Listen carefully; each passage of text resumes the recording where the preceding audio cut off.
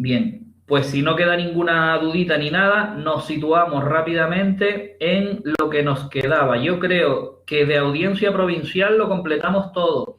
Audiencia provincial con su sede, ojo, con sus salas, ¿verdad? Se ve esto un poquito más grande de lo normal, ¿no? Con sus salas de apelación de penal, contencioso administrativo y social, cada una con sus competencias. No lo voy yo a repetir. Creo que por aquí, estaba viendo antes, No, existe un caso como el que creo que, nos... creo que Dime, llegaste dime. creo que llegaste hasta el 69, me parece, ¿no? Sí, sí, estaba mirando que en las salas existe, ves, aquí por ejemplo, en la sala del 66, en lo contencioso administrativo conocerá en única instancia, significa eso, directamente y sin Sí. capacidad de recurso, pues todos aquellos recursos que se pongan contra ministros, secretarios de Estado, Esa contra esos pregunta, actos. ha caído 2 o 3 veces. La de en única instancia, ¿quién Lo conoce conoce? en única instancia. Sin embargo, aquí en el punto Y tercero, en el 58.1 está la pregunta que me preguntó ahora Isabel, de también. exactamente. Sin embargo, aquí cuando hablamos de recursos devolutivos, sí que establece que los centrales han dictado una resolución, hoy lo veremos, y como no estoy conforme, sí que cabe una segunda instancia a la sala de lo contencioso del administrativo. En este caso, sí que existe lo que mencionaba En el Isabel, visitante que me acaba de venir. un órgano, no te veo yo. ¡Ay, qué monada! ¿Qué les parece? Buenísimo. Acabo de venir a Amén, visitarme. mi madre. Voy a llevarlo para arriba a mi madre. Perdí, disculpen. Bueno. Como les decía, en este sí que existe una segunda instancia o, como lo llamó Isabel acertadamente, el superior jerárquico que resuelve los recursos, ¿vale? Tener clara esa distinción entre primera instancia, segunda instancia y lo que hablábamos el otro día del doble efecto que puede tener interponer un recurso en cualquier procedimiento. El efecto simplemente devolutivo, es decir, el procedimiento sigue su cauce normal a pesar de haber un recurso contra alguna resolución, y el efecto suspensivo, en el que además de subir al órgano que tiene que resolver el recurso, se suspende el procedimiento, no se puede hacer nada hasta que no se resuelva por el otro tribunal el recurso que se haya interpuesto, ¿vale? Eso ya lo iremos viendo porque lo tenemos bastantes veces. Bueno, esto también lo vimos. Se nos presenta hoy otra parte de los órganos centrales, en este caso los juzgados centrales, y debemos decir antes de nada que si bien la ley no lo configura como órganos que pertenezcan directamente a la Audiencia Nacional es la que vimos el otro día, sí que dice en varias partes de la ley que están adscritos a los juzgados, a la Audiencia Nacional. Por eso nosotros en nuestro, vamos a ver si lo tengo por aquí, en nuestra pirámide de órganos, a ver si la puedo compartir un segundito para que la vean. Aquí. En nuestro esquema los poníamos justo a continuación de la Audiencia Nacional. Van a tener la jurisdicción y la demarcación de todo el territorio nacional, exactamente igual, ¿vale? Lo que pasa es que en este cajón o en este escalafón de la pirámide situamos a todos esos juzgados centrales, sobre todo en materia penal, puesto que vamos a tener centrales de lo penal, centrales de instrucción y centrales de menores, junto con otro que tiene mucha relación con el derecho penal, aunque no sea estrictamente ni procesal penal ni derecho penal de Código Penal, los juzgados centrales de vigilancia penitenciaria. Ya veremos lo que hacen ellos. Todos estos los podíamos orientar hacia la jurisdicción penal, ¿vale? Los primeros son verdaderamente penales y el de vigilancia penitenciaria se ocupa del régimen penitenciario, y luego unos juzgados centrales de lo contencioso que tienen competencias en su jurisdicción, ¿vale? Pero el ámbito de estos tribunales va a seguir siendo todo el territorio nacional, y todos los penales o bien instruyen parte de los procedimientos que luego llevará la audiencia, enjuiciará la Audiencia Nacional, la Sala de lo Penal, o bien tienen posibilidad de recurrir hacia estas salas, ¿vale? Sala de apelaciones. Bueno, vuelvo a nuestro pantalla y empezamos. A ver, ¿se ve bien más o menos? ¿Sí? Espera. Sí, perfecto. Vale. Miren, la ley nos va a hablar en estos artículos de hasta 5 tipos de juzgados centrales. Les hemos puesto aquí adscritos a la Audiencia Nacional, por si nos lo preguntan. Básicamente, instrucción, centrales de lo penal, contencioso administrativo, que es el orden jurisdiccional que tenemos en los centrales, que difiere un poco de lo penal, vigilancia penitenciaria, que no es estrictamente penal, repito, pero tiene mucha relación, y juzgado central de menores, también incrustado en estas figuras de juzgados centrales, para determinados delitos cometidos por menores muy específicos y, como ya se pueden imaginar ustedes, pues muy relevantes, ¿vale? Porque si no, pues irían por Fiscalía de Menores del juzgado de su domicilio, donde haya cometido el delito, donde sea localizado o detenido o retenido el menor, ¿vale? Bueno, según el 88 vuelve a tener, estos son un poco la descripción general y hablando un poco de los primeros que nos presenta la ley, que son los juzgados centrales de instrucción. Se sitúan en Madrid, en la Villa de Madrid, y en todos ellos vamos a ver que podrá haber uno o más. Hoy en día ya el Poder Judicial establece que han ido aumentando, ¿vale? En todos vamos a encontrar más de uno, excepto en uno de ellos que luego lo veremos y lo repetiré otra vez, ¿vale? En cuanto a los juzgados centrales de instrucción. Como digo, podrá haber uno más. En este caso, pues creo que ya había hasta 4 o 5 de instrucción, no me haga mucho caso, hay bastantes. Y la jurisdicción en toda España, quiere decir que se extiende a todo el territorio nacional. Función principal, como su propio nombre indica, instrucción. Ya hemos dicho, en el procedimiento penal tenemos la peculiaridad de dividir el procedimiento en 2 fases claramente diferenciadas, la instrucción y, estoy diciendo 2 fases por ahora, ¿vale? Ya veremos que cuando entremos a conocer los procedimientos en concreto, surgirán en cada tipo de procedimiento fases intermedias, ¿vale? Pero bueno, de momento nos parece bien decirlo así, la fase de instrucción y la fase de celebración de juicio, enjuiciamiento y sentencia, ¿vale? Posterior a esto, siempre una ejecutoria penal para hacer cumplir lo que ha dictado el juez, una vez que exista una condena y se le imponga una pena a un condenado por ser autor de algún delito, ¿vale? Eso siempre lo vamos a tener igual. Instruye un juzgado normalmente, dejando a un lado algunos procedimientos que veremos, normalmente enjuicia y dicta sentencia otro juez distinto. Partiendo de esas primeras claves de todo proceso penal o de casi todo proceso penal, nos encontramos en este escalón superior de la pirámide que ellos instruyen aquellas causas que luego va a enjuiciar la sala de lo penal, ¿vale? Tenemos otra posibilidad, que instruyan también las causas que los juzgados centrales de lo penal van a enjuiciar. Por lo tanto, ya sabemos que los juzgados centrales nunca van a celebrar juicios ni van a dictar sentencias, sino que van a realizar la fase de instrucción. Esto también lo digo con la salvedad de las sentencias de conformidad, pero bueno, de momento no nos interesa. Por lo tanto, instruyen o bien para la Sala de lo Penal de la Audiencia Nacional, artículo 65, o bien para los juzgados centrales, pero de lo penal, también artículo 65. Y ustedes dirán, bueno, ¿y entonces cómo sé yo si una causa que ha instruido el central de instrucción número 6 va a ir a la audiencia, a la Sala de lo Penal para juicio, o va a ir al juzgado central de lo penal para juicio? Pues la clave nos la da el artículo 14 de la Ley de Enjuiciamiento Criminal. Artículo importantísimo, lo veremos en varios procedimientos cuando lo tratemos, porque nos distingue la competencia de los órganos de enjuiciamiento en penal y nos dice que será competencia, quitando los juzgados penales nuestros, en lo que nos afecta ahora, de la Sala de lo Penal de la Audiencia Nacional, aquellos delitos, sin importar que los haya instruido, lógicamente los instruyó el central de lo penal, pero que lleven una pena de más de 5 años de prisión, que sean graves. Y sin embargo lo conocerá, dictará su sentencia el juzgado central de lo penal si ese procedimiento, que también lo ha instruido el central de instrucción, lleva unas penas o lleva una pena de menos de 5 años, ¿vale? Hasta 5 años y más de 5 años. Si son 5 años justos, nos quedamos en el central de lo penal. Si son 5 o más, sube al juicio a la Sala de lo Penal de la Audiencia Nacional.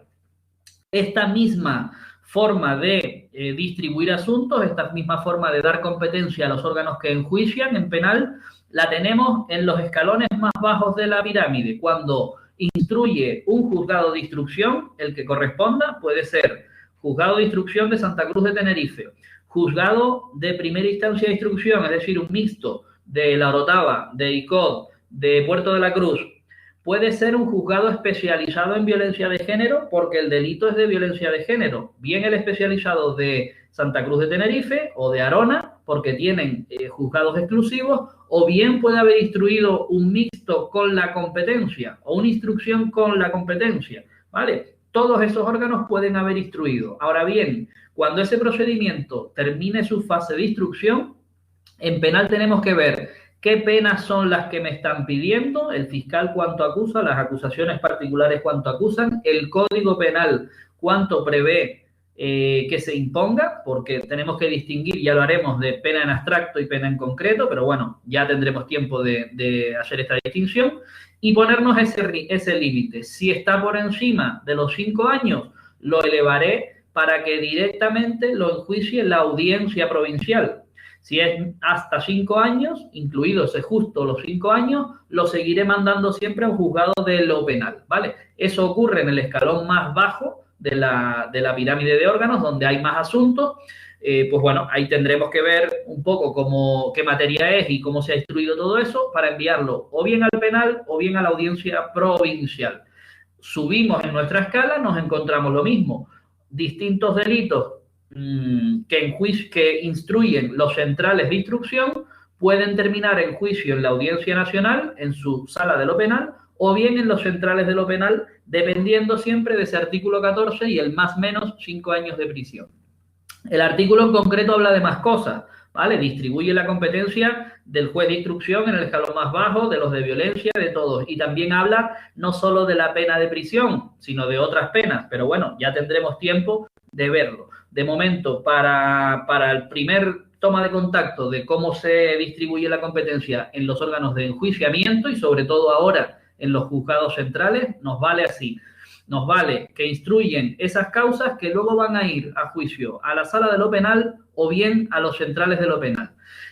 Cabe recordar que el artículo 65, que es el que daba competencia objetiva a la Audiencia Nacional, incluye esos delitos que llamamos más graves, ¿vale? Recordar las falsificaciones, recordar los delitos contra determinadas personas o contra la corona, en fin, todos los delitos del 65, falsificación de monedas, las bandas organizadas que irían al penal, todas estas cositas, bueno, al central de lo penal. Competencia objetiva. También tienen otras competencias sobre cositas que nosotros todavía no manejamos mucho, pero bueno, que son instrumentos que en el derecho penal, en el procedimiento, se dan mucho. Los hemos oído, no obstante, ¿vale? Hemos oído las órdenes europeas de detención y entrega, las tenemos cada vez más a la orden del día. No solo con los delitos de guante blanco, estos cometidos económicos que se dan a la fuga o de personajes conocidos o políticos, etcétera, que nos suenan bastante, sino también con los delitos más normales del mundo, ¿vale? Cualquier tipo de tráfico de sustancias o de personas, pues todo eso puede incluirse ahí. Órdenes europeas para detención y entrega. Se trata siempre de instrumentos en los que a nivel europeo nos hemos puesto de acuerdo, los distintos miembros de los estados de la Unión Europea, para que una orden de un juez de un país extranjero surta efecto en todos los países miembros, allá donde se encuentre o se intente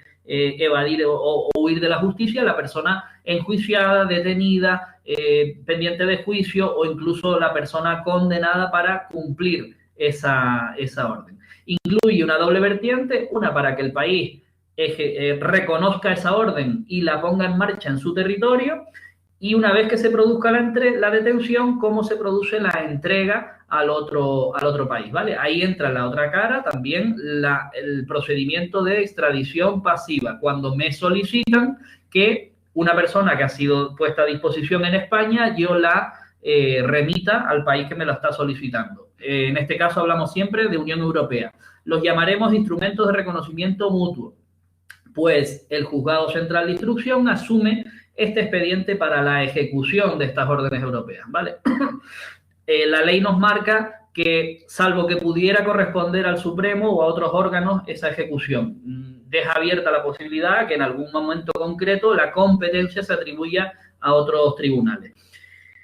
Se encarga también los centrales de instrucción de una cuestión que es un poco novedosa, ¿vale? Solicitudes de información entre servicios de seguridad de Estados miembros, cuando el juez tenga que autorizarla. Esto fue una novedad introducida, pues creo que en el 2021, me parece, a principios de año, en marzo, y se basa mucho en las sociedades de la información, todo el tema de Internet, de prestadores de la información, y como pueden contener datos sensibles, a veces requiere una autorización judicial. ¿Quién se encargará de tramitar y conceder en su caso estas autorizaciones? Pues los juzgados centrales de lo penal, allá donde toque. Perdón, de lo penal no, de instrucción. Juzgados centrales de lo penal, regulados en el 89 bis tercero, son los que siguen a continuación, también están adscritos a la Audiencia Nacional, situados en la Villa de Madrid, exactamente igual. Puede haber uno o más, ya vemos que este tampoco es la excepción, su jurisdicción en todo el territorio. Ningún problema hasta aquí, 3 preguntas o 4 básicas, ojalá que nos las pongan porque es un punto más que tenemos. ¿De qué se encargan? Competencia. Las competencias se van a encargar, en este caso, de conocer. Cuando ustedes vean en penal conocer, significa que me encargo del procedimiento. Conozco quiere decir que en juicio dicto sentencia y ya veré si me corresponde a mí ejecutarlo o no, dependiendo de lo que sea. Pero distingo conocer el procedimiento de instruir el procedimiento, ¿vale? Sí, y quédense también que en penal siempre hablamos de causas y en civil hablamos de procedimientos.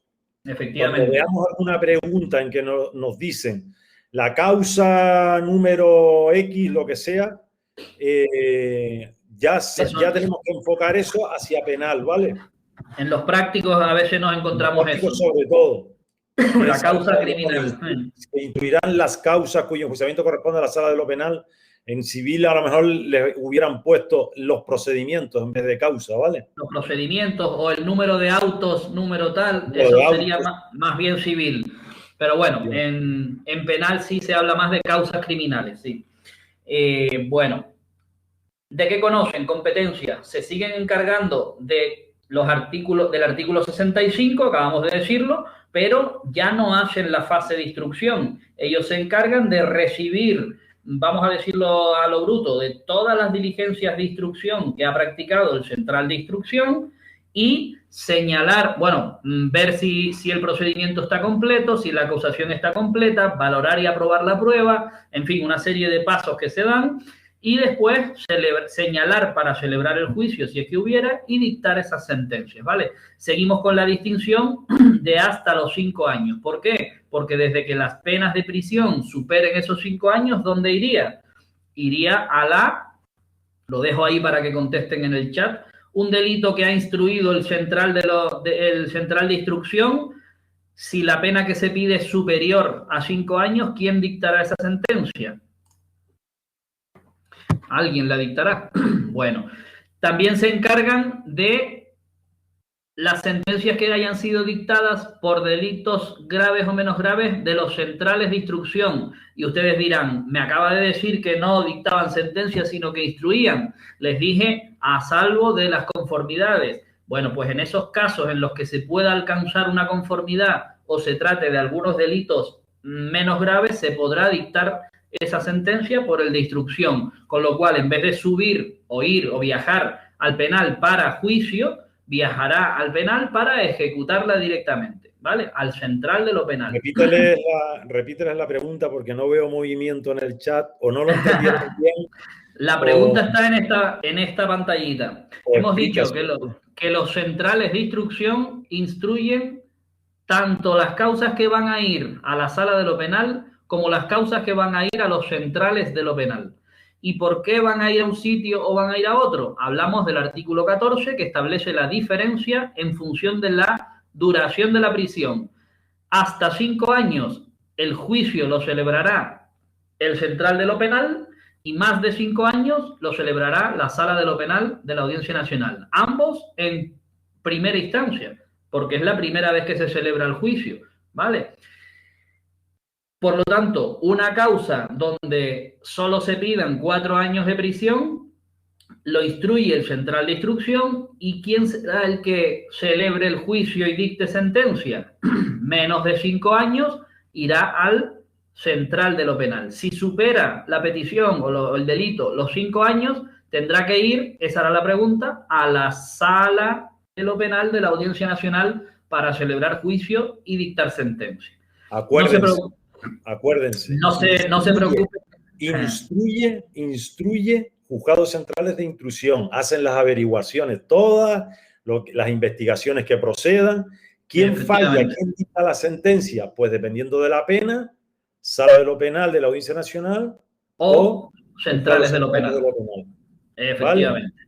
Por lo tanto, el central de lo penal conoce las causas de hasta 5 años que ha instruido el central de instrucción.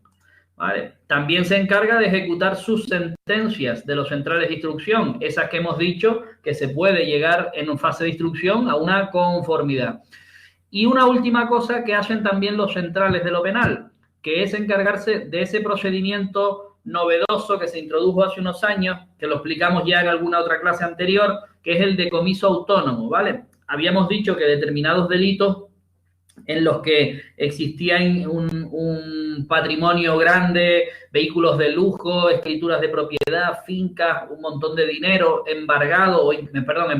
incautado por la policía o localizado en el lugar de los hechos, producto todo de ese delito, de esa actividad continuada, pues de tráfico de drogas, de delitos de prostitución, delitos de mafia, organizaciones criminales, etcétera. Ese producto del delito solo se podía destinar a un buen uso o a indemnizar a los perjudicados una vez existiera una condena. Eso se solucionó introduciendo ese procedimiento de decomiso que sigue unas normas pues casi civiles realmente y que permite, en los casos en que el responsable del delito ha fallecido o en los casos en los que se ha huido de la justicia y es imposible localizarlo, pues darle una salida legal, ahora sí, a ese producto del delito.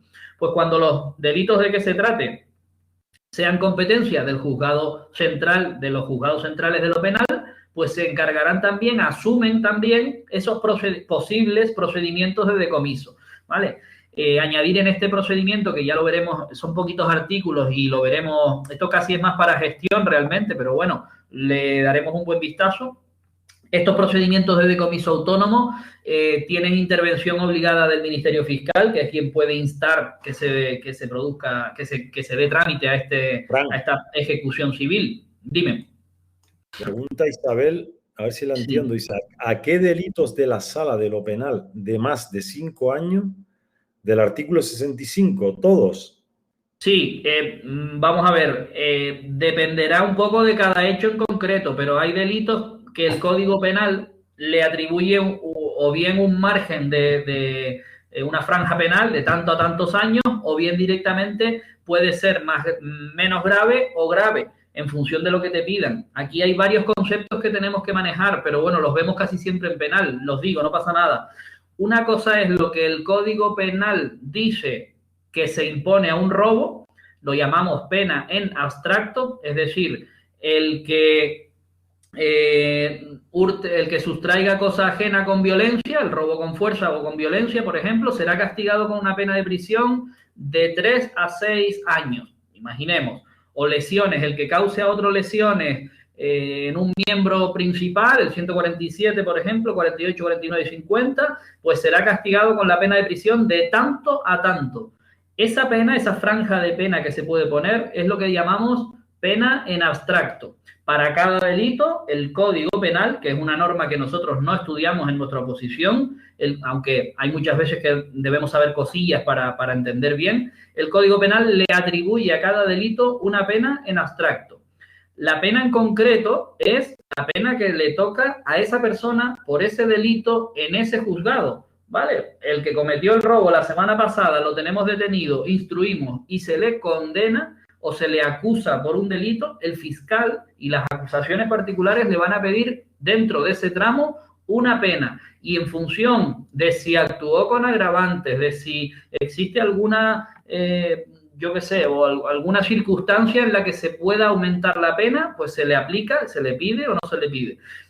En definitiva, de ahí surgen dos conceptos de penas. En función de cada uno de ellos o del caso concreto, nos podremos encontrar con una competencia para enjuiciar o con otra competencia para enjuiciar. Pero sí, se trata del artículo 65 con esa serie de delitos. A partir de ahí, pues veremos quién enjuicia y quién no enjuicia.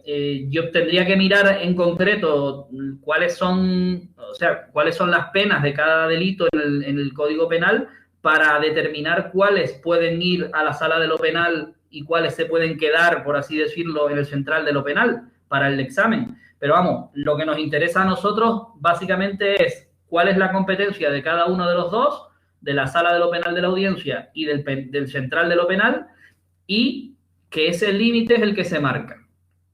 Por ejemplo, también existe una posibilidad, y es que junto con el delito grave que da la competencia a ese juzgado central, existan una multitud de delitos menos graves que van conexos con los otros, pues también asumen el enjuiciamiento de esos pequeños delitos, aunque tengan una pena muchísimo inferior, muchísimo más pequeña. ¿Ok? Bueno, no se hago bien mucho porque esta forma de actuar, de determinar la competencia, la veremos en penal en multitud de ocasiones. Dime, Isabel, si está... Ok, en general, esos que tengan atribuida esa pena de más de 5 años, sala de lo penal, de menos de 5 años, juzgado de lo penal, juzgado central de lo penal, ¿vale? Y en el escalón inferior que veremos el próximo día, nos va a ocurrir lo mismo. Audiencia provincial más de 5 para juicio en primera instancia en primera instancia, y nos quedaríamos en el juzgado de lo penal para menos de 5 años. ¿Vale? Venga. Bueno, a continuación, bueno, no se los dije al principio, pero para los que estén siguiendo la ley, los juzgados centrales de lo contencioso, aunque pertenezcan o estén adscritos a la Audiencia Nacional y vayan en ese orden, en ese escalafón de importancia por todo el territorio, afectar a todo el territorio, etcétera, la ley nos los ubica al definir los simples juzgados de lo penal, los simples juzgados de lo contencioso, de vigilancia penitenciaria e incluso de menores, ¿vale? Nos ha incluido, pues, como acabamos de ver anteriormente, el artículo 89 bis tercero, que si se fijan en la ley está con los juzgados de lo penal, los juzgados de instrucción en el 88, 87 y por ahí, pues añade el 88 para los centrales de instrucción, y con el contencioso ocurre lo mismo, nos los define y nos dice cuáles son su composición y sus competencias dentro o junto con los contenciosos administrativos normales y corrientes de primera instancia, ¿vale? En el 90. Exactamente. Con respecto a los centrales de lo contencioso, nos situamos en el artículo 90 y son los puntos 4, 5, 6 y han añadido últimamente, la última reforma, el 7. Se refieren todos ellos a los juzgados centrales y en el orden jurisdiccional contencioso administrativo. Ya hemos dicho que el orden contencioso administrativo siempre tenemos que tener en cuenta la situación que existe por intervención de alguna administración. O bien se ha puesto una multa, o bien se ha dictado un reglamento, o bien se ha dictado un acto administrativo contra el que no estoy de acuerdo. Me han suspendido en la oposición cuando yo sé que estoy aprobada. Pues contra todas esas disposiciones, actos o normas vamos a tener posibilidad de recurrir, tanto en vía administrativa, ¿vale? A ver si nos hace caso el alcalde, el director del departamento, el subdirector, el ministro, a nivel que sea, a ver si nos hace caso. Y si no, si agotamos esa vía administrativa y no me han hecho caso, acudir a los tribunales, a los juzgados de lo contencioso administrativo. Cuando estudiemos la ley de lo contencioso, de procedimiento, entenderemos un montón de estas cositas, ¿vale? Bien. Al definir a los contenciosos nos incluyen esos juzgados centrales que tienen determinadas y concretas funciones, ¿vale? Ya verán que son las que cierran, como si dijéramos, el control judicial de los actos administrativos y disposiciones más importantes o de mayor altura en la escala administrativa, sobre todo en función de quién los ha dictado. Miren, estarán también en la Villa de Madrid, jurisdicción en toda España. Aquí nos dice habrá juzgados, ¿vale? No, tampoco nos dice uno o varios, sino que habrá. O sea que tampoco es esta la excepción en la que solo hay uno. Y miren, conocen en primera o en única instancia, ¿vale? Dependiendo, como decía Isabel al inicio de la clase, de si va a caber recurso o no. Conocerán de aquellos recursos. Recuerden que a las demandas aquí en el contencioso, al inicio de los procedimientos, los llamamos interponer recursos. Esto nos va a servir mucho para cuando lo estudiemos. Esos recursos contra disposiciones, estos son normas, puede ser un reglamento, puede ser un real decreto, puede ser incluso una ley, ¿vale? Porque sí, porque se refiere a autoridades que pueden hacerlo, y actos administrativos concretos que vengan de quién, de autoridades, organismos, órganos o incluso entidades públicas cuya competencia afecte a todo el territorio nacional. Cuando veamos el próximo día los órganos contenciosos inferiores, veremos que ninguno llega a conocer estos recursos, y por eso los centrales de lo contencioso administrativo se encargan de cuando esa autoridad o esa administración, en definitiva, dicte algo y su influencia o su ámbito sea todo el territorio nacional. Contra eso, ¿dónde recurriremos una vez que agotemos esa vía administrativa? Al central de lo contencioso. Se encargan luego de cuestiones de competencia objetiva muy claras y muy concisas, ¿vale? Son atribuciones que se le establecen directamente a los centrales de lo contencioso. Pregunta, ¿autorizan mediante auto? ¿Vale? Esta sería la respuesta que nos pueden poner. ¿Por qué? Porque aquí la ley directamente le dice qué tipo de resolución hay que dictar para esta autorización, que es una materia específica de los centrales. ¿Autorizan a qué? A que se ceda por el responsable del servicio una información de quien está vulnerando una conducta en esto que llamamos la sociedad de la información. Conocen Internet, conocen los enlaces, conocen el contenido de pues, películas, derechos de autor, todo esto que está protegido, que antes lo veíamos en los cines y ahora al día siguiente está en 27.000 páginas y enlaces de Internet. Vale, pues se ha definido en una ley como los que tienen el servicio, es decir, los que dan el servicio de Internet, que son los alojamientos y los servidores, por así llamarlo, y los que prestan servicios de información, es decir, los que trabajan y ofrecen esos contenidos. Si ofrecen un contenido, si ofrecen un contenido sin derecho o vulnerando alguna ley, ¿vale? Hablamos de eso, sobre todo de las películas copiadas, de los enlaces, de emisiones en directo de programas o de deportes que van por pago y los puedes ver sin pago. Todas esas cuestiones son conductas vulneradoras. Cuando se investiga eso, hay que pedirle los datos de quien está ofreciendo sin garantías esos contenidos. Y eso nos lo tiene que dar el prestador del servicio, el responsable, el servidor, el que sabe quiénes son esas personas. Pues bueno, pues en ocasiones esos datos son protegidos y no te los dan sin una autorización judicial. Pues ¿quién es el que tiene que dictar ese auto? Juzgado Central de lo Contencioso. Normalmente esto se produce en el marco de investigaciones pues bastante que afectan a muchas personas. Pues si hay un grupo de gente que está ofreciendo, yo qué sé, los partidos de la Champions a través de algunos enlaces piratas o páginas piratas, pues una vez que se investiga todo eso, al servidor o al que presta esos servicios se les pide todos y cada uno de los datos de las IP, de los ordenadores, de quiénes son estas personas, y en base a eso se va actuando. Por otro lado, como vamos a ver ahora, existe también en esta ley, que no se las dije porque no nos interesa para la oposición, pero es la ley que regula la prestación de servicios de la sociedad de información, todo eso que estamos hablando. También se dictan medidas, como por ejemplo, lo habrán podido ustedes ver, está caída la página tus películas favoritas gratis, no sé qué, plum, ¿por qué? Pues porque se ha cerrado ese chiringuito o esa página de Internet. Detrás de todo eso están este tipo de procedimientos. Se pide una autorización, se facilitan los datos y luego la comisión, la sección correspondiente de la Comisión de Propiedad Intelectual en España dicta esas medidas que pueden ser suspensión del servicio, cierre de las páginas o dominios de Internet, etcétera. Se encarga de ejecutarlos también a través del Juzgado Central de lo Contencioso Administrativo. Aquí no hay que entrar mucho en el sentido de estudiarse todos y cada uno de estos datos, sino que hay que estar atentos y atentas a cuáles son las preguntitas que nos pueden hacer sobre esta cuestión que parece a lo mejor muy tecnológica y muy densa.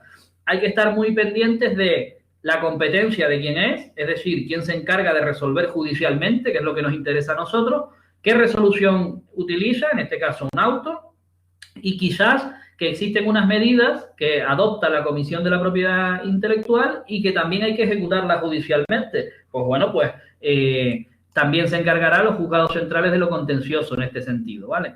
Si ya quieren ir un poquito más allá, pues en esta ley tienen más cosillas. En la plataforma, creo, si no sé que me corrija, existen varias preguntitas de esto, sí. Estaba mirándolo y hay bastante preguntillas de eso. Vale.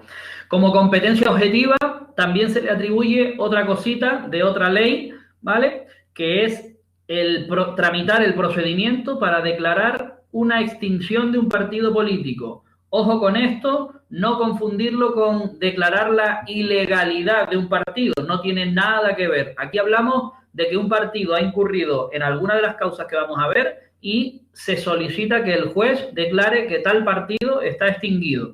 Esto, para que se hagan una idea, suele ocurrir con partidos abandonados, por ejemplo. Determinado número de personas se unen, se ilusionan, ponen un dinero, crean un partido y eso al cabo de los años ni consigue acceder a ningún cargo público y la gente pues se aburre y se va yendo, se deja de poner dinero, no se ponen de acuerdo, se deja en vía muerta y a alguien le interesa que se extinga. Oye, declare usted que este partido como tal, como partido político, ya no puede tener vida, ya no puede seguir teniendo actividad.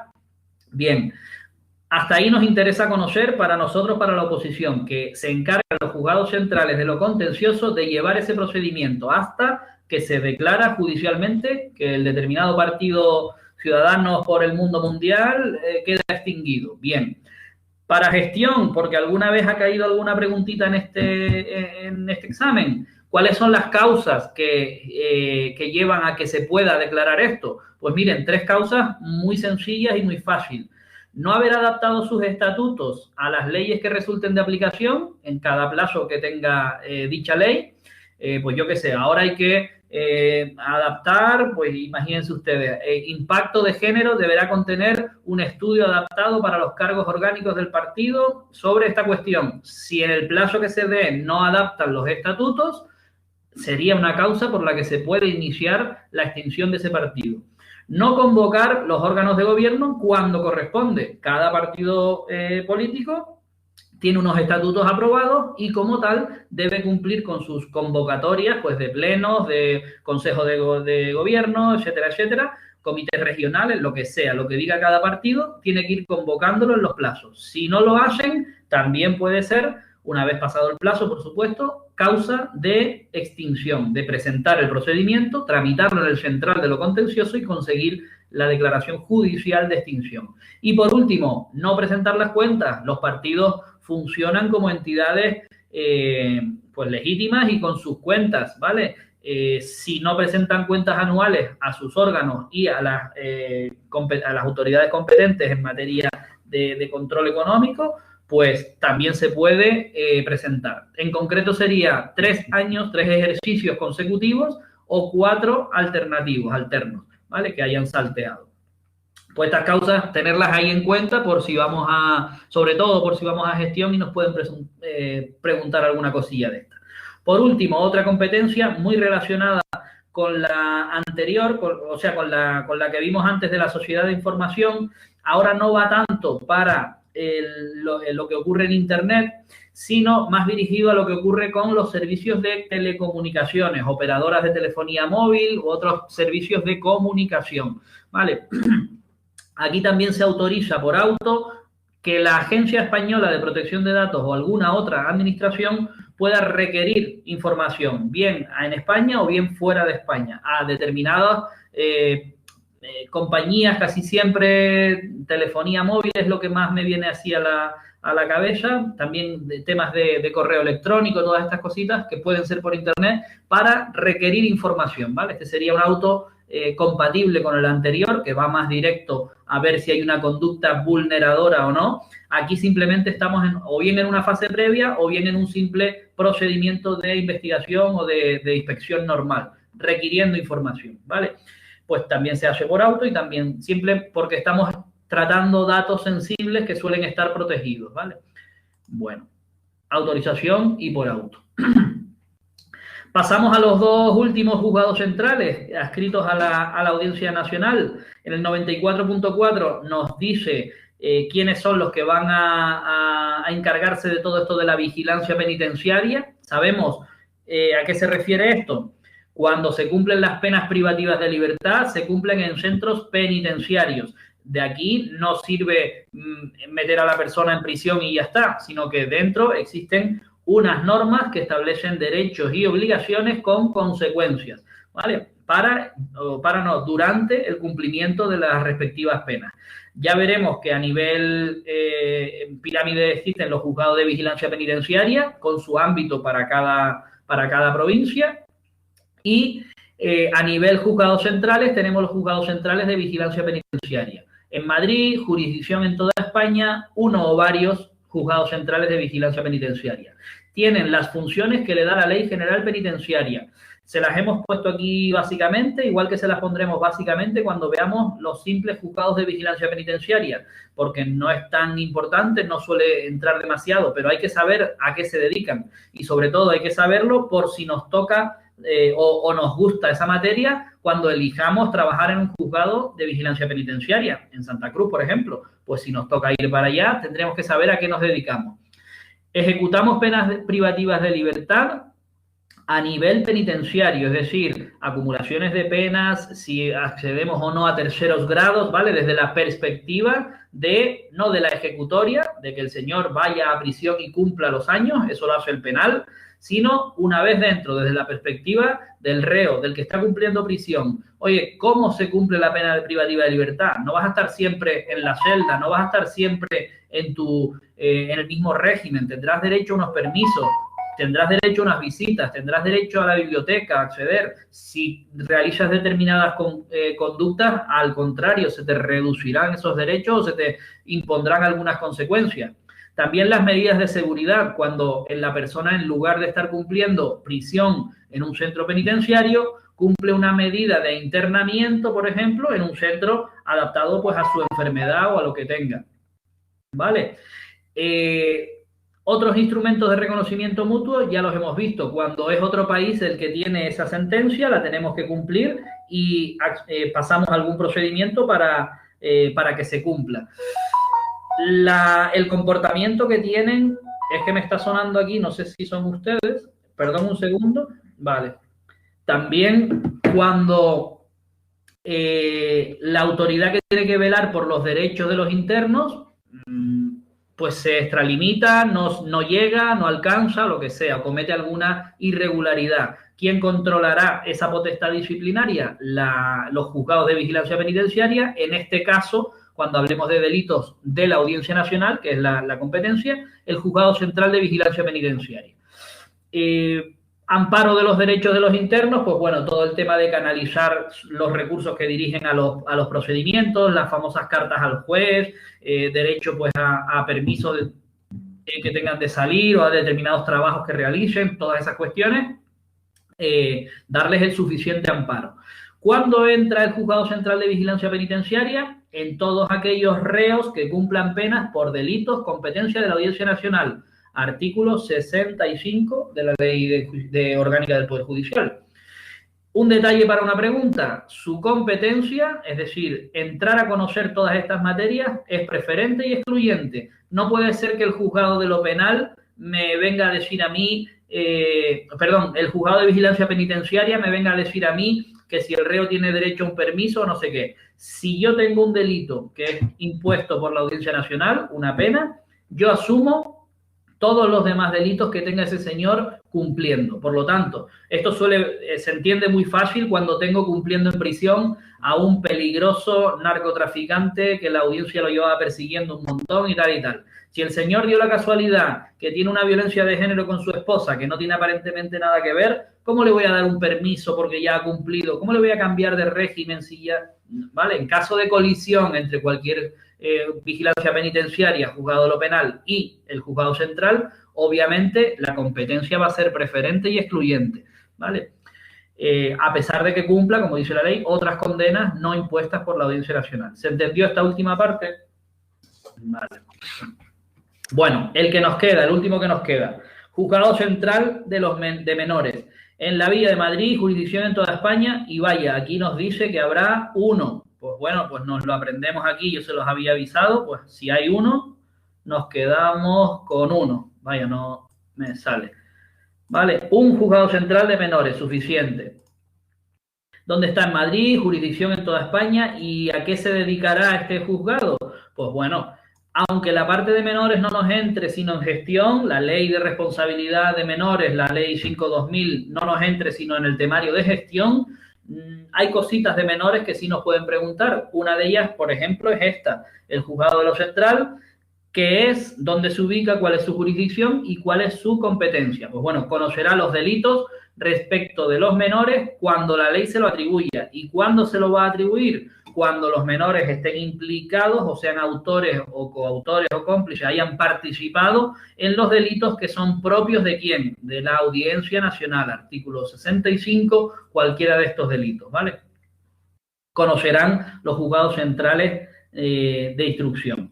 Bueno, emitirán y ejecutarán los instrumentos de reconocimiento mutuo, pero en relación a los menores, ¿vale? Cualquier menor de edad al que exista una orden de detención y entrega, por ejemplo, o exista de retención y entrega, o exista una sentencia de un tribunal extranjero o de una fiscalía extranjera o homólogo a ejecutar en España porque el menor está por aquí.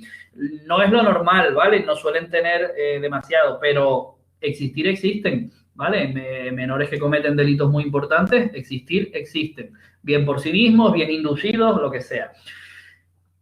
Para mayor abundamiento o para dejarlo un poquito más visto, la ley que regula la responsabilidad penal de los menores es la ley 5/2000. Yo recomiendo a todo el mundo aprendernos esta ley de memoria también, o sea, no el contenido, sino que la ley de menores es la 5/2000, ¿vale? No nos cuesta mucho, un huequito ahí en una neurona siempre nos cabe. Ley 5/2000.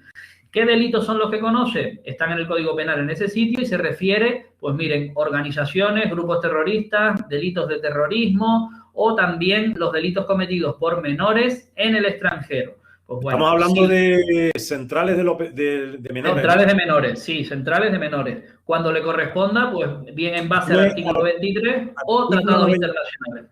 ¿Artículo 96? Sí, el artículo es el 96.2.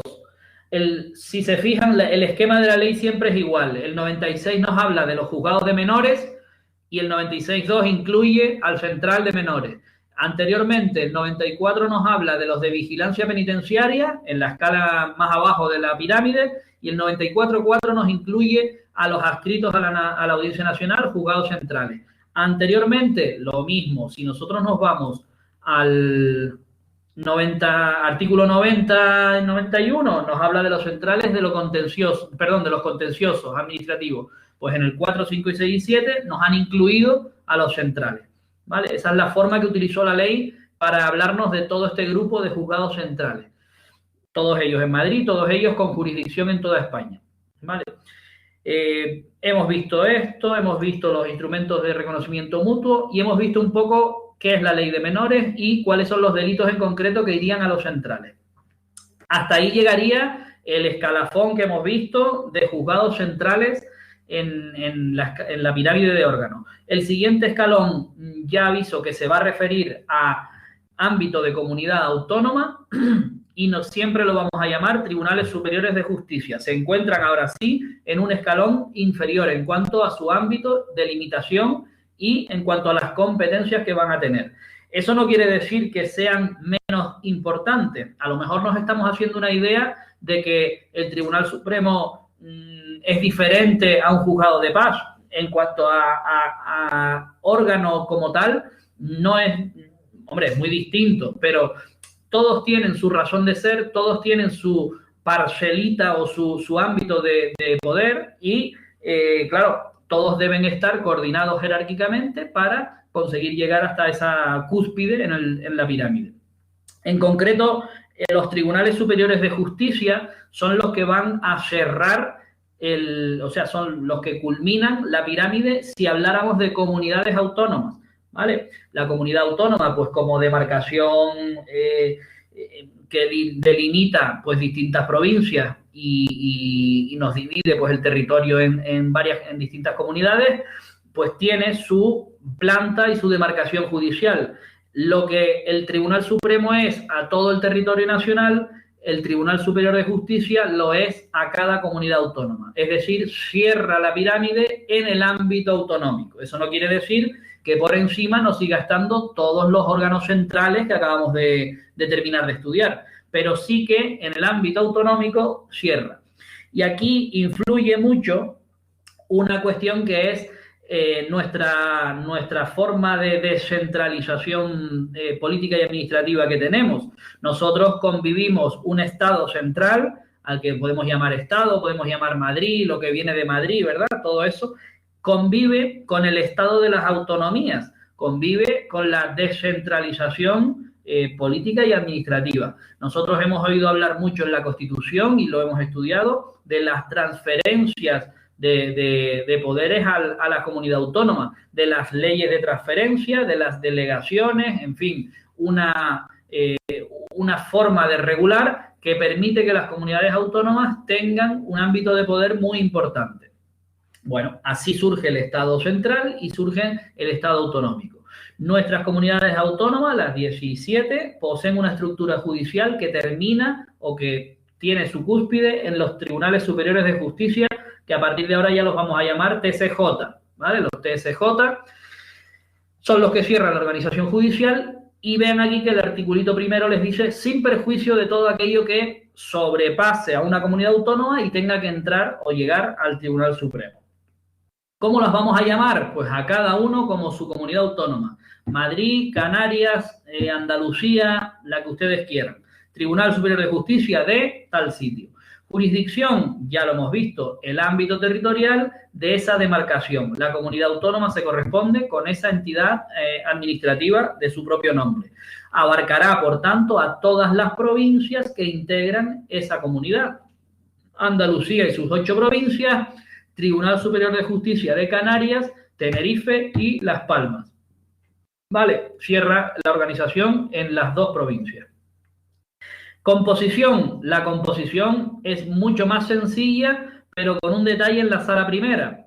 Sala primera, sala de lo civil y de lo penal.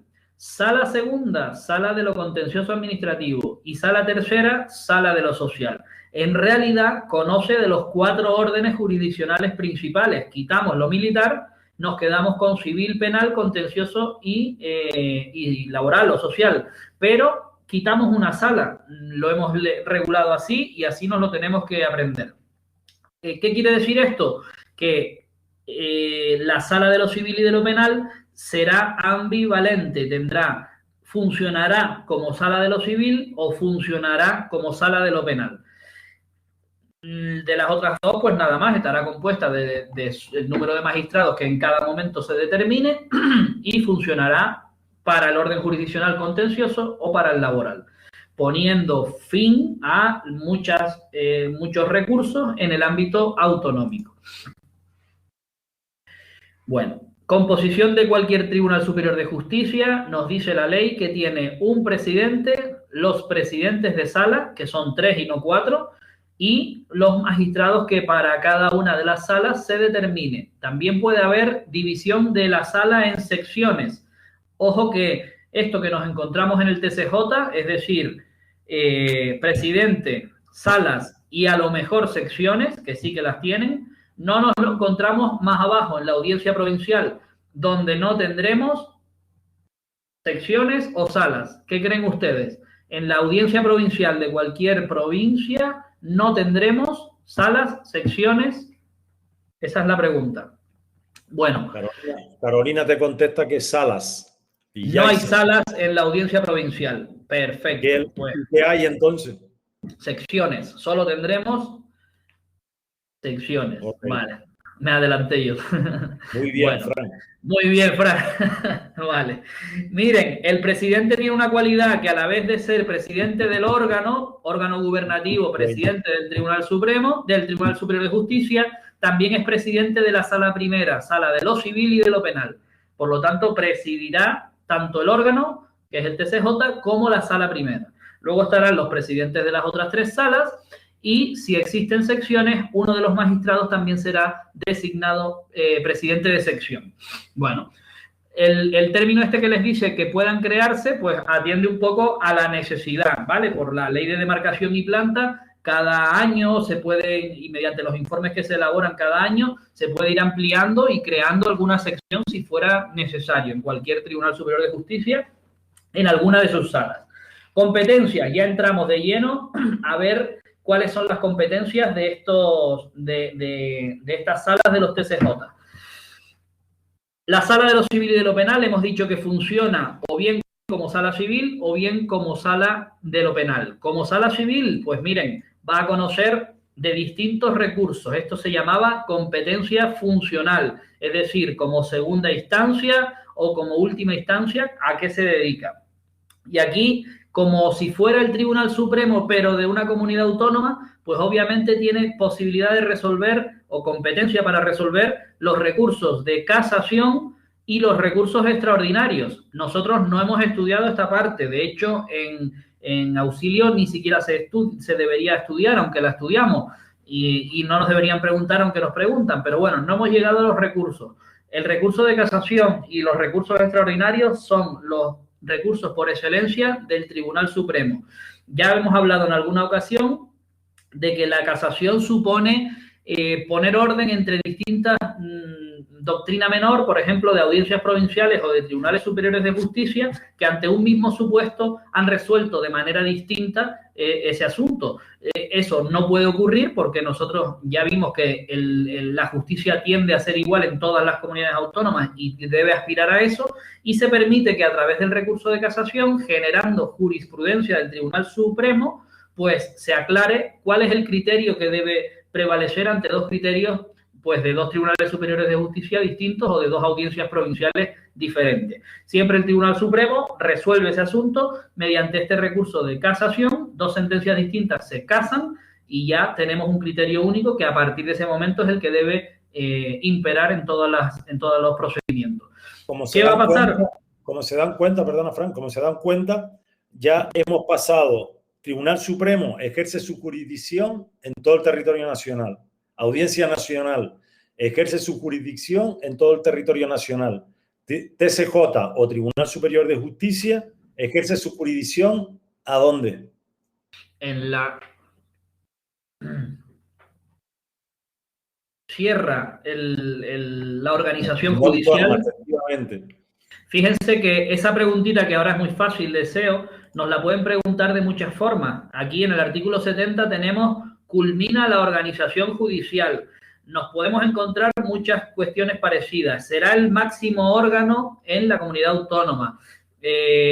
Abarcará a todas las provincias de la comunidad autónoma. En fin, muchas formas de preguntar lo mismo. Sí. Se van a encontrar preguntas de civil o de penal referente. ¿Quién conoce qué sala del TCJ conoce de lo que sea? Y les van a poner sala de lo civil y penal. Aunque sea una pregunta de solo de civil. Muchas preguntas sí se los encaminan y le ponen sala de lo civil y penal en el ámbito civil. Pero algunas se las ponen a lo seco así.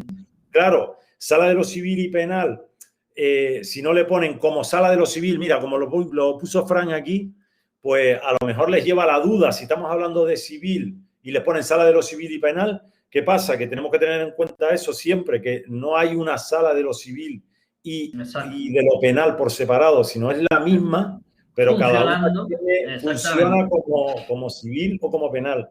¿Vale? Sí. De otra manera, el nombre de la sala es sala de lo civil y de lo penal. Ahora bien, dependiendo de la competencia, actuará como civil, de la materia, como civil o como penal, ¿vale? Bueno, hemos visto que conoce el recurso de casación, pero ojo, no de cualquier materia, sino cuando se trate de que se ha infringido alguna norma de lo que la ley llama derecho civil, foral o especial propio de la comunidad. Sabemos que, pues yo qué sé, en materia civil nosotros tenemos un código civil que rige en toda España. Bien, eso es correcto, pero incompleto. ¿Por qué? Porque en comunidades autónomas como Cataluña, País Vasco, Valencia, Galicia, pues existen lo que se llama el derecho foral, el fuero propio de la comunidad.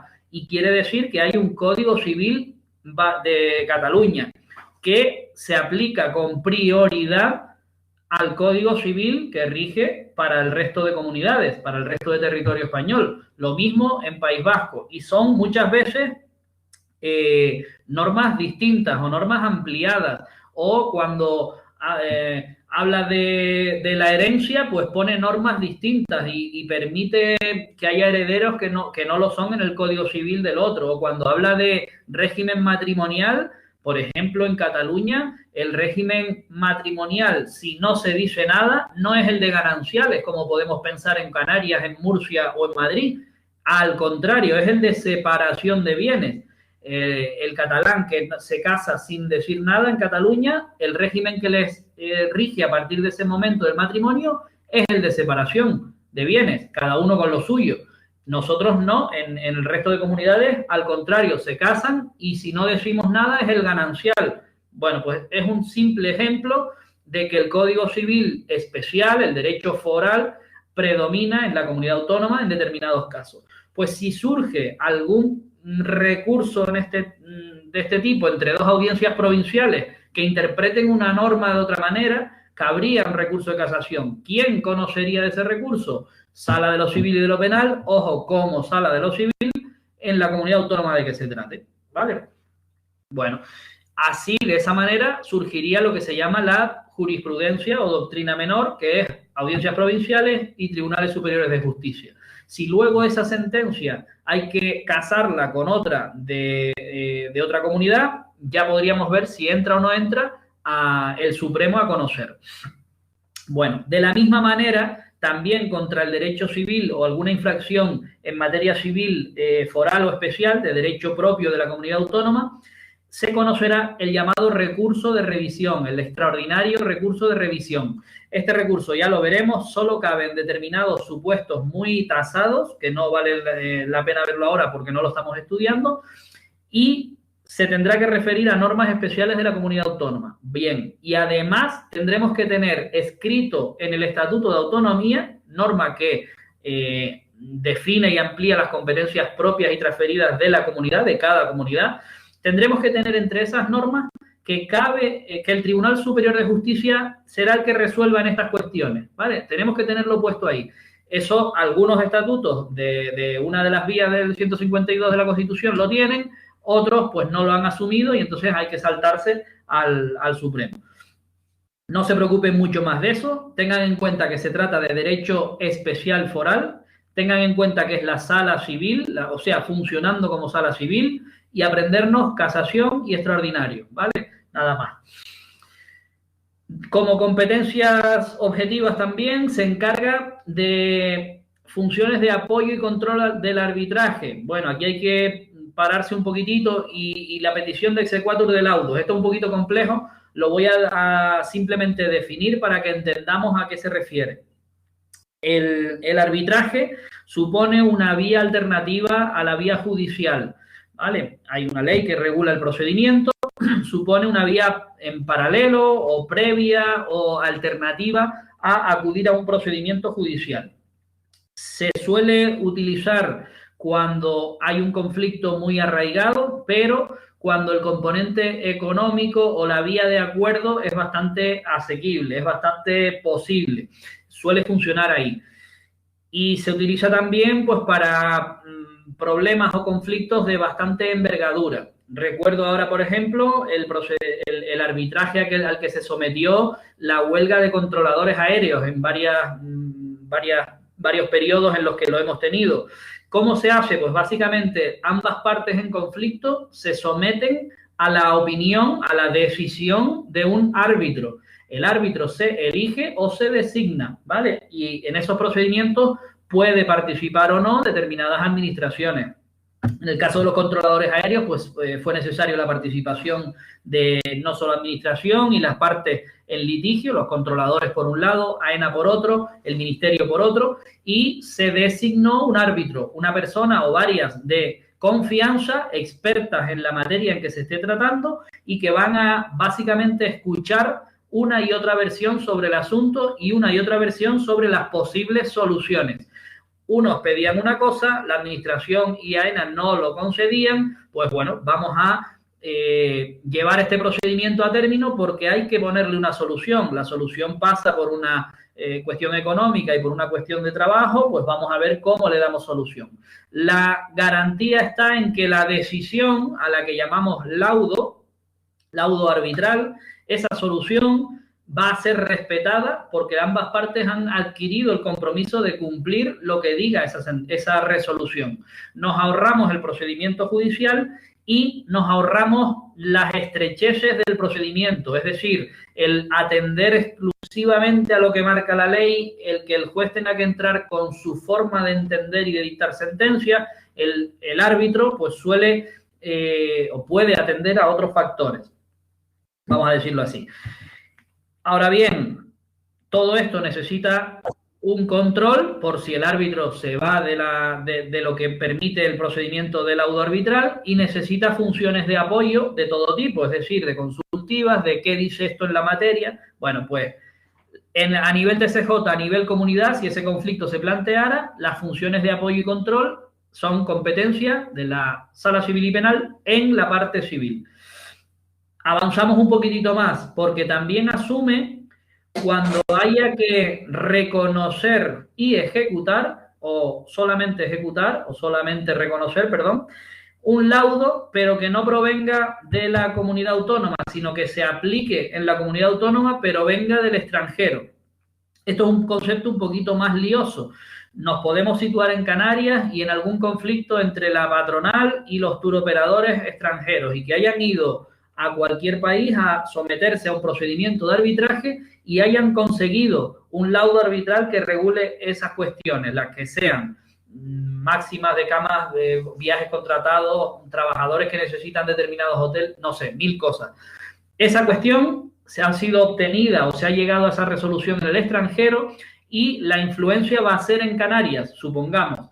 El TCJ se va a encargar del apoyo y del control, pero también de una cosa quizás más importante. Esa norma o ese laudo que equivale a una sentencia, ¿vale? Para que ustedes hagan una idea, lo que dice el árbitro en un procedimiento arbitral, como es alternativo a lo judicial, equivale a la sentencia dictada por un juez. Bien, nos traemos esa resolución que llamamos laudo para Canarias y la vamos a desplegar. Antes de que surta efecto, necesitamos conocerla para que forme parte del ordenamiento jurídico español. Es decir, esa sentencia o esa resolución hay que reconocerla, pasarla por un filtro, por un procedimiento judicial de reconocimiento. Cumple los requisitos para hacer una resolución igual que las que tenemos en España. Bien. Y en segundo lugar, hay que ejecutarla. Pues si concede un plazo para tal cosa, hay que requerir a las personas para que lo cumplan. Todo eso, que son dos partes, una reconocimiento y otra ejecución, se llama exequatur. Es decir, el procedimiento judicial por el que se reconoce y o se ejecuta una resolución extranjera se denomina exequatur. En el caso de que se trate de un laudo arbitral extranjero que afecte a esa comunidad, nos lo traemos para reconocerlo y ejecutarlo a la sala civil, ¿vale? A la sala de lo civil y penal del TCJ correspondiente. Bien, díganme si se entendió eso, cada una de las cositas, porque parece poco, pero tiene un montón de contenido esta parte, ¿vale? Si no, pues nos detenemos un poquito más ahí y lo vemos. Vale. Miren, en única instancia también conoce de cositas más fáciles y más de andar por casa. Demandas por responsabilidad civil. El presidente del Parlamento Canario, alguno de diputados de la Asamblea, cualquier miembro del Consejo de Gobierno de la comunidad que sea, ha metido la mano, se ha llevado dinerito, pero no es un delito, nos debe todo ese dinero. Demanda responsabilidad civil porque me ha perjudicado con alguna de las suyas, ¿verdad? Esto ya nos suena mucho más. En el ejercicio de sus respectivos cargos, presidente, miembros del Consejo de Gobierno de la comunidad, parlamento o asamblea legislativa contra sus miembros, ¿vale? Si el Estatuto de Autonomía lo pone, fíjense cómo el aforamiento empieza a surgir aquí. Si el Estatuto de Autonomía pone que estas causas, cuando sea el presidente o los miembros del Parlamento, van al TCJ, yo tengo controlado al TCJ, o yo puedo saber si es amigo o no es amigo y quién está y quién no está, lo tengo más cerca. Si el Estatuto no lo pone, esas causas por ley, por los propios artículos del Tribunal Supremo, van al Tribunal Supremo. Presidente de comunidades autónomas. Si el Estatuto lo pone, pues las demandas de responsabilidad civil en el ejercicio de mi cargo se quedan en el TCJ. Además dice, fíjense, en única instancia, luego no cabría recurso, luego ya se va viendo un poco el tema del aforamiento por dónde va. En segundo lugar, también de responsabilidad civil, y ahora hablamos de, esto sí que es importante, todos o la mayor parte de magistrados de una audiencia provincial o de una sección. Hablamos de lo mismo, de cualquier posible perjuicio o deuda que se haya generado por el ejercicio del cargo de de todos o la mayor parte de los magistrados de una audiencia provincial, y quién va a conocer de esas reclamaciones, de esos procedimientos. TCJ en única instancia, funcionando como sala de lo civil. Y esas son las competencias que tiene como sala de lo civil. Seguimos en la misma sala del TCJ, sala primera, ahora funcionando como sala de lo penal. Nos cambiamos el chip, nos ponemos en un procedimiento penal por algún delito. Nos dice que van a conocer las causas penales que estén reservadas en su Estatuto de Autonomía. Si ustedes ven el de Canarias, por ejemplo, pues hay determinadas causas penales que se atribuyen en el conocimiento, en vez de a la audiencia provincial, pues se atribuyen a la sala de lo civil y penal, funcionando como penal. Pues bueno, si existieran, lo que nos van a preguntar a nosotros es precisamente este artículo, las que su estatuto reserve a su conocimiento. Aquí hablamos solo de dictar sentencia y enjuiciamiento, ¿vale? De celebrar juicio y dictar sentencia. En la segunda de las competencias sí que amplía a la parte primera, instruye y dicta sentencia. Cuando hablamos de fallo, ¿qué es el fallo de una sentencia? El fallo de una sentencia es la parte dispositiva, no se refiere a que haya un error en la sentencia. El fallo es la parte importante, la última. Ya veremos la estructura de una sentencia, les enseñaremos sentencias y todo, pero la parte donde dice condeno a fulanito o declaro absuelto a fulanito, eso es el fallo. Y donde se le dice como autor de un delito de robo a la pena de tanto, de años de prisión. Eso es el fallo de la sentencia. Otra parte es el encabezado, donde pone quién es el abogado. Otra parte es cómo el juez llega a su resolución en vista de la prueba practicada, ¿verdad? Otra parte será que se apoya en un artículo de una ley o que el Código Penal dice tal cosa, los fundamentos de derecho, ¿verdad? Pero el fallo, que es lo que nos interesa, es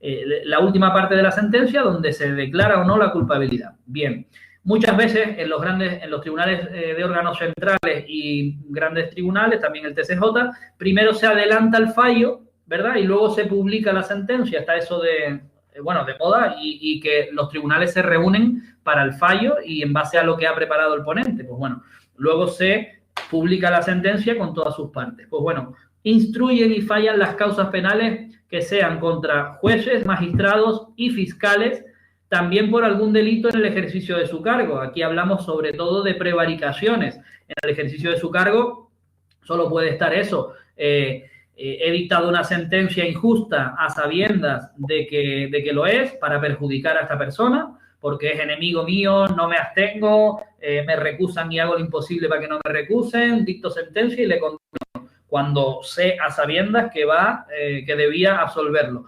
Pues de ahí surge una causa penal contra ese juez, contra ese magistrado, contra ese fiscal, y se tramita en la sala de lo civil y penal como penal cuando se trate de jueces y magistrados del ámbito de la comunidad, hasta la audiencia provincial, ¿vale? Incluso dentro del propio Tribunal Superior de Justicia, y nos aclara ahí que cuando se trate de la propia sala o de quien tiene que instruir, el que va a instruir no formará parte del enjuiciamiento. Recuerden lo de distinguir siempre la parte de instrucción a cargo de un juez con la parte de dictar sentencia. Bueno, también conocen como competencia funcional, es decir, como recursos, todas las que le vengan sentencias recurridas de las audiencias provinciales, ¿vale? Cuando quepa recurso, tenemos que volver al famoso artículo 14, en este caso el artículo 14.4, es el que nos determina cuando una audiencia conoce directamente, ¿vale? Habla también de esas penas que se imponen de más o menos 5 años y habla de que contra esas sentencias que ha dictado la audiencia provincial directamente, en primera instancia y no resolviendo ya un recurso, tienen a su vez recurso en la sala del TCJ. Bueno, por último... Franco, vete terminando porque tienen 50 preguntas. Sí, pues terminamos ya entonces. 2 cuestiones que van a conocer. Una cuestión de competencia entre órganos jurisdiccionales del orden penal que tengan sede en la comunidad autónoma y no tengan superior común. Hablamos de 2 audiencias provinciales sin superior común, ¿vale? Cuando se peleen por conocer o ninguna de las 2 quiera conocer, ¿quién va a resolver a quién le toca? Pues el TCJ, Sala de lo Civil y Penal, conociendo como penal. Y por último, el famoso decomiso autónomo en los delitos de los que esta sala vaya a conocer, que hemos visto pues ahora mismo aquí, los que le reserva el estatuto, ¿vale? O algunos cometidos por prevaricación o por algunos otros delitos por jueces y tribunales. Les corresponde ese delito, también podrán realizar el decomiso autónomo de los bienes que hayan sido incautados. Cuestiones de competencia entre juzgados de menores de distintas provincias es bastante raro, pero en función del delito pudiera ser que haya hechos en varias provincias o que haya una organización de menores ahí o implicados en distintas provincias. Bueno, que surja una cuestión de competencia entre estos juzgados también se resuelve por la misma sala. Aquí les habíamos dejado estas 2, que son las 2 salas que nos quedan. Básicamente hay tanta cosa que explicar de material, de procesal contencioso y de procesal laboral, que básicamente preferimos echar una lectura y verlas quizás el próximo día, las dudas que puedan quedar. Pero bueno, vamos a dejarlo así. Y no, les voy a mandar, o sea, la tarea va a estar enfocada del 70 al 79. Efectivamente. Es todo el TCJ, aunque no hayamos visto la sala de lo contencioso y la sala de lo social, se la estudian, porque realmente es lo mismo, es competencias y... Claro, pero lo que ocurre es eso, que en estas 2 ramas del derecho van a tener alguna más duda en concepto. Pero bueno, échenle una lectura primero. Lo vemos la próxima semana, vemos lo que queda de TCJ, pero se lo estudian para el test del próximo día. Además de yo se lo mando todo ahora al grupo, además del artículo 88, 88, 3, 94, 95, 96, sí. 94 y 96, 2. Es poca tarea, pero repasen desde el Tribunal Supremo hasta donde hemos visto, ¿vale? Exactamente. No se acomoden y digan, de puta madre, 4 artículos me los estudio el día antes. Pues no, repasen todo lo que puedan. Todo eso que hacen ahora es buenísimo para cuando vayamos a saco repasando. Sí, nos da seguridad. Ahora sí. Ustedes no saben cuando estemos viendo 6 temas para una semana, claro, la tranquilidad que da saber que ya me he estudiado la Constitución, el Poder Judicial, la Unión Europea, saber que esos temas, déjame parar la grabación para decirlo.